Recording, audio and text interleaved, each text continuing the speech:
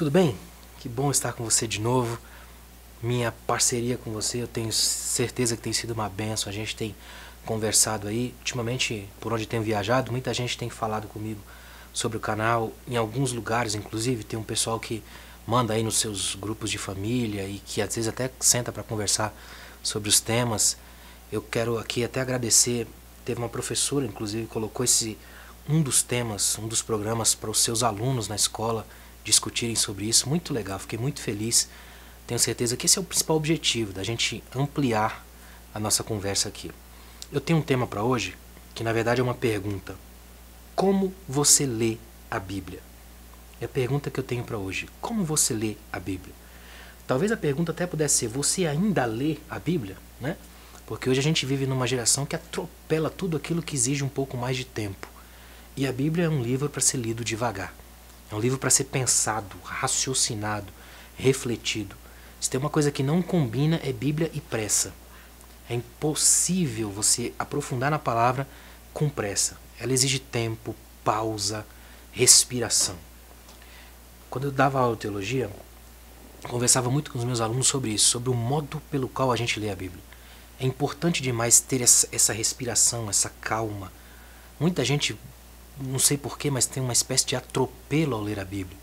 E o Gene Peterson escreveu uma coisa que eu achei decisiva. Ele disse assim, a pergunta mais importante que devemos fazer diante das Escrituras não é o que isso quer dizer, mas sim como posso obedecer. Olha que interessante. Ou seja, não posso simplesmente achar que eu vou ler o texto bíblico para que esse texto bíblico de algum modo eu possa dissecá-lo, dominá-lo. Isso são apenas ilusões. A questão é como eu posso obedecer. Porque ele é um livro não apenas para que a gente passe a ter uma série de coisas na cabeça, mas para que isso desça para o coração e acerte o modo de andar. Então, eu queria pensar com vocês algumas coisas aqui hoje sobre essa questão de como a gente lê a Bíblia. Primeiro, olha que interessante, é ler para transformar, não apenas para se informar. Tem gente que lê só para se informar, e aí fica às vezes informado, transtornado e deformado. E é importante ler para ser transformado. A Bíblia é um livro de transformação. Quando você vai encontrar nela as biografias, as histórias, as coisas que você acha nela são sempre de princípios de transformação. Eu acho tão tremendo uma coisa que me encanta na Bíblia, é que ela não passa a mão na cabeça de ninguém. Os erros, os tropeços, os fracassos de grandes homens e mulheres da Bíblia estão todos lá. Quando você começa a ler a vida de Davi, por exemplo, o homem segundo o coração de Deus, vocês sabem, aqui no canal eu já falei muito sobre Davi. Tem certos erros de Davi que eu tenho certeza que hoje alguns biógrafos talvez pulassem para não sujar a imagem, mas a Bíblia coloca lá com toda a fúria possível. E é o homem segundo o coração de Deus. A Bíblia não é um livro para informar, mas para transformar. Ela não é um livro apenas de curiosidade. Por isso que tem gente, por exemplo, que fica tão preocupada com questiúnculas, com coisinhas, por exemplo, me lembro de alguém injuriado tentando saber o que aconteceu na época da infância de Jesus. E aí o próprio Gene Peterson, que eu citei há pouco, disse assim, a Bíblia não coloca todas as informações porque ela se recusa a alimentar a nossa ânsia por um fã-clube divino. A Bíblia não responde perguntas que ela não levantou. É tremendo isso. Ela trabalha com a sensibilidade da transformação. E isso ela sabe que não é um acúmulo de informação. Porque informação é um nível até básico. A partir do momento que você aprende a ler, você consegue informação. É o nível mais rasteiro que existe. Juntou duas letras, você tem informação. Aí acima da informação vem o conhecimento, que é quando você consegue já processar as informações. Acima do conhecimento aí vem sabedoria, que é saber o que joga fora, que é tirar os excessos. Acima da sabedoria vem uma espécie de sapiência, uma iluminação espiritual, para te levar para o ponto mais alto, que é a iluminação, e que só Jesus começou lá. Eu sou a luz do mundo. O resto todo mundo começa embaixo, devagar, com calma, aprendendo degrau por degrau, sendo moldado e transformado a partir do que lê e a partir do que vive. Segunda coisa, olha que interessante, ler para ser lido. Ou seja, a Bíblia é um processo. Ela também nos lê à medida que a gente a lê. Porque quando você lê a Bíblia sem entender que ela também está te lendo, tem a tentação de ler para o outro. É aqui que você acha que está todo mundo errado e só você certo. Que você é o centro do universo, que o mundo gira ao seu redor. Quando a gente começa a ler a Bíblia e ser lido por ela, aí a gente começa a se inserir na categoria de pecador, começa a se inserir na categoria de falho, de dependente, de humano. Aí a gente vai perceber que alguns salmos cantam parte da nossa história. Aí a gente vai se inserir nesse processo. É interessante ler isso. A Bíblia, nesse sentido de ler e ser lido por ela, é tão tremendo. Tem certos textos na Bíblia. Eu lembro que eu tive um professor que ele dizia assim, a de hermenêutica, a ciência da interpretação bíblica. Ele tinha uma frase que era característica dele, era muito legal. Ele falava assim, olha, certos textos da Bíblia, quando você estiver lendo lá pela enésima vez, vão te acertar com a força de um soco na boca do estômago. Ele dizia isso. E é verdade, certos textos fazem isso.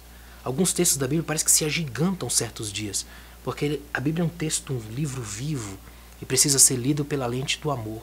Quando você ama o texto, e aí começa a perceber que esse texto fala sobre você. É importante demais a gente ler isso.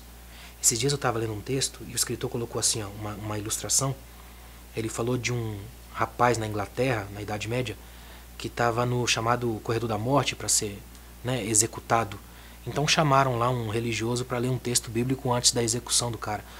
E aí o escritor disse que o homem lá, o religioso, começou a ler o texto assim com uma displicência, tipo acostumado a fazer aquilo, lendo por ler, e justamente naqueles textos mais escatológicos, de fim do mundo, de destruição, de morte.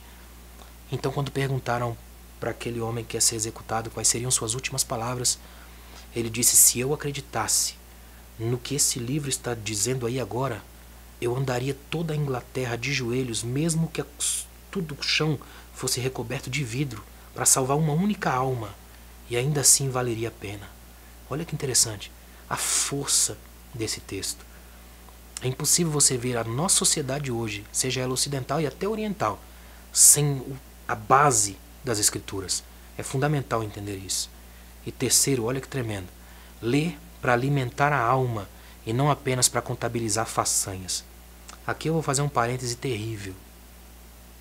Muita gente acha que ler a Bíblia significa a quantidade da leitura. É gente que bate no peito assim com uma certa arrogância, tentando disfarçar uma falsa piedade, dizendo assim, eu já li a Bíblia 30 vezes de joelho, como se isso fosse a façanha das façanhas. Claro que é importante ler a Bíblia, que você leia 300 vezes, mas que você faça isso para a glória de Deus e não para a sua. Porque quando virar uma glória sua, vira idolatria. É muito perigoso isso. Quanta gente lê a Bíblia não para se alimentar, mas para contar para todo mundo na igreja que já está lendo. Isso é triste. Isso é atestado de não conhecer o texto. É simplesmente ler gramática, não a Bíblia. Quanta gente faz isso? E aí gostam de contabilizar quantas vezes já leram. Para quê? O grande objetivo de ler a Bíblia não é que todo mundo saiba que eu estou lendo. Porque se eu faço isso, eu estou no centro do palco, e esse lugar é perigoso. O mais importante de tudo é que a gente leia cada vez mais. Leia 500 vezes, mas guarde para você. Melhor ainda, esconda a palavra no coração para não pecar contra Deus. É aí que está o grande segredo. Porque, sinceramente, quando a gente cria esse monstro, essa façanha do super espiritual, a gente cria um ídolo extremamente perigoso. Porque é o ídolo mais fácil de disfarçar, porque ele tem requintes religiosos. Então a gente se convence de que a gente é tão crente e, sem perceber, a gente entra na categoria estranha do Salmo 14, ateus de coração. Diz o louco, no coração, não a Deus. É o pior tipo de ateu que existe, porque ele matou Deus aqui, ó, no coração. Então ele tem a Bíblia na cabeça, mas não tem nada na alma. Então que você leia a palavra o máximo que puder, mas para alimentar a sua alma e não a sua vaidade. Que a Bíblia seja para você muito mais do que apenas um prato, que ela seja a capacidade de você viver. Lâmpada para os meus pés, a tua palavra, luz para o meu caminho. Quando a gente aprende isso, qualquer chão que a gente andar precisa ser iluminado pela palavra. Deus te abençoe.